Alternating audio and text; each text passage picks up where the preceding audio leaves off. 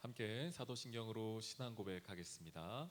전능하사 천지를 만드신 하나님 아버지를 내가 믿사오며 그 외아들 우리 주 예수 그리스도를 믿사오니 이는 성령으로 잉태하사 동정녀 마리아에게 나시고 본디오 빌라도에게 고난을 받으사 십자가에 못 박혀 죽으시고 장사한 지 사흘 만에 죽은 자 가운데서 다시 살아나시며 하늘에 오르사 전능하신 하나님 우편에 앉아 계시다가 저리로서 산자와 죽은 자를 심판하러 오시리라. 성령을 믿사오며 거룩한 공회와 성도가 서로 교통하는 것과 죄를 사하여 주시는 것과 몸이 다시 사는 것과 영원히 사는 것을 믿사옵나이다. 아멘. 찬송가 323장 함께 찬양하겠습니다. 부름받아 나선 이 몸 어디든지 가오리다. 괴로우나 즐거우나 주만 따라가오리니 어느 누가 막으리까. 죽음인들 막으리까. 어느 누가 막으리까. 죽음인들 막으리까. 아골골짝 빈들에도 복음 들고 가오리다. 소돔 같은 거리에도 사랑 안고 찾아가서 종의 몸에 지닌 것도 아낌없이 드리리다. 종의 몸에 지닌 것도 아낌없이 드리리다. 존귀 영광 모든 권세 주님 홀로 받으소서. 멸시천대 십자가는 제가 지고 가오리다. 이름 없이 빛도 없이 감사하며 섬기리다. 이름 없이 빛도 없이 감사하며 섬기리다. 아멘. 오늘 함께 보실 말씀은 갈라디아서 2장 말씀 함께 보겠습니다. 우리 11절부터 21절까지의 말씀 함께 보겠습니다. 게바가 안디옥에 이르렀을 때에 책망받을 일이 있기로 내가 그를 대면하여 책망하였노라. 야고보에게서 온 어떤 이들이 이르기 전에 게바가 이방인과 함께 먹다가 그들이 오매 그가 할례자들을 두려워하여 떠나 물러가매 남은 유대인들도 그와 같이 외식함으로 바나바도 그들의 외식에 유혹되었느니라. 그러므로 나는 그들이 복음의 진리를 따라 바르게 행하지 아니함을 보고 모든 자 앞에서 게바에게 이르되 내가 유대인으로서 이방인을 따르고 유대인답게 살지 아니하면서 어찌하여 억지로 이방인을 유다인답게 살게 하려 하느냐 하였노라. 우리는 본래 유대인이요 이방 죄인이 아니로되 사람이 의롭게 되는 것은 율법의 행위로 말미암음이 아니요 오직 예수 그리스도를 믿음으로 말미암은 줄 알므로 우리도 그리스도 예수를 믿나니 이는 우리가 율법의 행위로서가 아니고 그리스도를 믿음으로써 의롭다함을 얻으려 함이라. 율법의 행위로서는 의롭다함을 얻을 육체가 없느니라. 만일 우리가 그리스도 안에서 의롭게 되려 하다가 죄인으로 드러나면 그리스도께서 죄를 짓게 하는 자냐? 결코 그럴 수 없느니라. 만일 내가 헐었던 것을 다시 세우면 내가 나를 범법한 자로 만드는 것이라. 내가 율법으로 말미암아 율법에 대하여 죽었나니 이는 하나님에 대하여 살려 함이라. 내가 그리스도와 함께 십자가에 못 박혔나니 그런즉 이제는 내가 사는 것이 아니요 오직 내 안에 그리스도께서 사시는 것이라. 이제 내가 육체 가운데 사는 것은 나를 사랑하사 나를 위하여 자기 자신을 버리신 하나님의 아들을 믿는 믿음 안에서 사는 것이라. 내가 하나님의 은혜를 패하지 아니하노니 만일 의롭게 되는 것이 율법으로 말미암았으면 그리스도께서 헛되이 죽으셨느니라. 아멘. 갈라디아서 1장에서는 다른 복음에 관한 이야기하고 있다고 말씀을 드렸습니다. 다른 복음은 율법주의였지요. 율법주의, 사람이 어떤 일을 함으로, 율법을 지킴으로 내가 구원을 이룰 수 있다, 혹은 그것으로 말미암아 내가 더 의로워질 수 있다라는 것이 율법주의였습니다. 그러나 바울은 분명히 이야기합니다. 사람의 능력으로, 율법으로는 절대 의로워질 수가 없다라는 것입니다. 오늘 읽진 않았지만요, 어제 1절 11절부터 2장 10절까지는 바울이 내가 어떻게 이제 부르심을 받았는가에 관한 이야기를 쭉 합니다. 자기 어떤 연대기를 쭉 보여주고 있습니다. 왜 이 이야기를 했냐면, 어제 잠시 말씀드렸지만 갈라디아 교회 안에 거짓 선생들이 너무 많이 들어왔어요. 거짓 선생들의 유혹이 너무 많았고 미혹이 너무 많았습니다. 그러다 보니 다시 한번 바울이 내가 어떤 사람인가, 내가 믿을 만한 사람인가를 다시 한번 보여줄 필요가 있었습니다. 그래서 자기 자신에 관하여서 내가 어떻게 부르심을 받았고, 또 나의 부르심은 누구를 대상인가, 나는 특별히 이방인들을 향한 부르심을 받은 하나님의 사도이다라는 이야기들을 쭉 해 주었습니다.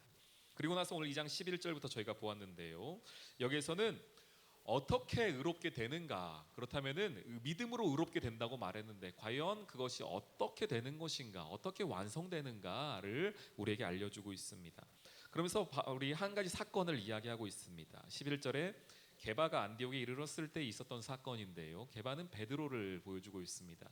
상황은 이러했죠. 베드로가 식사를 하고 있었는데, 특별히 이방인들과 함께 식사를 하고 있었습니다. 그러다가 야고보의 일행이 그 장소에 도착을 하게 됩니다.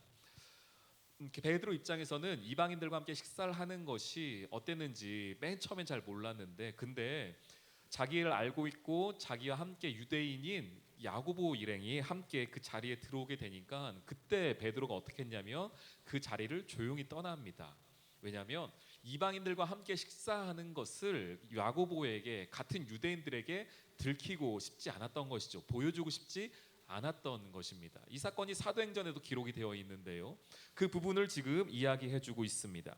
그러면서 바울이 그 이야기를 듣고서 그것을 보고서 말하는 것이 무엇입니까? 13절에 보니까 이거는 베드로 혼자만 잘못된 것이 아니라 남은 유대인들도 함께 외식하게 하는 실수를 저질렀다, 그건 잘못된 일이었다라고 꼬집어 말하면서 14절 이렇게 말하죠. 나는 그들이 복음의 진리를 따라 바르게 행하지 아니함을 보고 모든 자 앞에서 게바에게 이르되, 내가 유대인으로서 이방인을 따르고 유대인답게 살지 아니하면서 어찌하여 억지로 이방인을 유대인답게 살게 하려 하느냐? 우리는 본래 유대인이요 이방 죄인이 아니로되. 그러면서 16절에 말합니다. 사람이 의롭게 되는 것은 율법의 행위로 말미암음이 아니요 오직 예수 그리스도를 믿음으로 말미암은 줄을 알므로.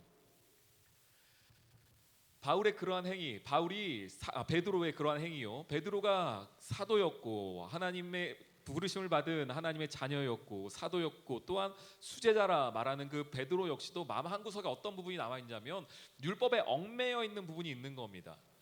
복음을 전하는 그 상황 속에서도 한편으로는 율법에 얽매이는 부분이 있어서 내가 이방인들과 함께 식사하는 것이 어떻게 비춰질까, 사람들이 어떻게 평가할까, 이것이 옳은 일인가 그른 일인가에 관하여서도 마음이 흔들리고 있었다는 것을 보여주고 있습니다. 그러면서 바울이 그 부분을 꼬집어 말하는 것이 무엇입니까?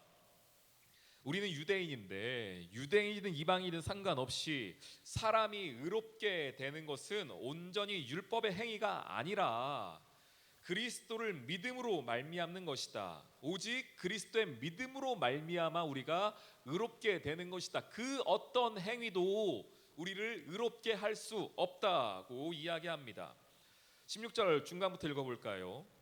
그러므로 그리스도 예수를 믿나니 이는 우리가 율법의 행위로서가 아니고 그리스도를 믿음으로써 의롭다함을 얻으려 함이라. 율법의 행위로서는 의롭다함을 얻을 육체가 없느니라. 분명히 말을 해주고 있습니다. 율법으로는 의롭다함을 얻을 육체가 없느니라. 만일 율법으로 가능했다면 그리스도께서 오실 필요가 없었겠죠. 만일 율법으로 우리가 구원에 이를 수 있는 능력이 우리에게 있었다면 예수가 십자가를 질 이유가 없었을 것입니다. 그래서 바울은 계속 강조하는 것이 무엇입니까? 이방이든 유대인이든 그들에게 율법이 있었다 한들, 유대인들에게 율법이 있었다 한들, 그리고 율법이 이방인들에게 전해졌다 한들 그 율법으로는 절대 구원받을 수가 없다는 것입니다. 이 시대를 살아가는 저와 여러분에게 율법, 우리의 어떤 행위, 이 모든 것들은 절대 우리를 의롭다 하지 못합니다. 오직 예수 그리스도의 그 십자가와 예수 그리스도의 그 능력만이, 십자가의 보혈의 능력만이 우리를 하나님의 자녀로 구원에 이르게 하는 것입니다. 그래서 말하는 것이 무엇입니까? 18절에 만일 내가 헐었던 것을 다시 세우면, 율법을 말하는 것인데요, 예수님께서 율법을 다 헐었다가 다시 세우면 내가 나를 범법한 자로 만드는 것이라. 내가 율법으로 말미암아 율법에 대하여 죽었나니 이는 하나님에 대하여는 살기 위하여서였다는 것입니다. 율법에서 죽어야만 예수 그리스도 말미암아 살 수 있다는 것을 말합니다. 그러면서 우리가 알고 있는 바로 그 구절이 나오지요. 2장 20절입니다. 우리 함께 이 구절을 읽어보기를 원합니다. 내가 그리스도와 함께 십자가에 못 박혔나니, 복음을 분명히 이야기하죠. 십자가라고 이야기합니다. 그런즉 이제는 내가 사는 것이 아니요 오직 내 안에 그리스도께서 사시는 것이라. 이제 내가 육체 가운데 사는 것은 나를 사랑하사 나를 위하여 자기 자신을 버리신 하나님의 아들을 믿는 믿음 안에서 사는 것이라. 믿음 안에서 사는 것이라. 이것이 우리가 살게 된 능력의 원천이며 지금 살아가고 있는 이유이며, 결국은 우리 역시도 이 복음으로 말미암아, 이 믿음으로 말미암아 영원을 살아가게 될 하나님의 자녀와 자격이 된 것입니다. 오늘 이 시간 다시 한번 우리 스스로에게 묻기를 소원합니다. 다짐하기를 소원합니다. 나는 어떻게 구원받았는가? 내 구원의 근거는 무엇인가? 율법이 아닙니다. 행위가 아닙니다. 예수 그리스도의 믿음 안에서 사는 것이라.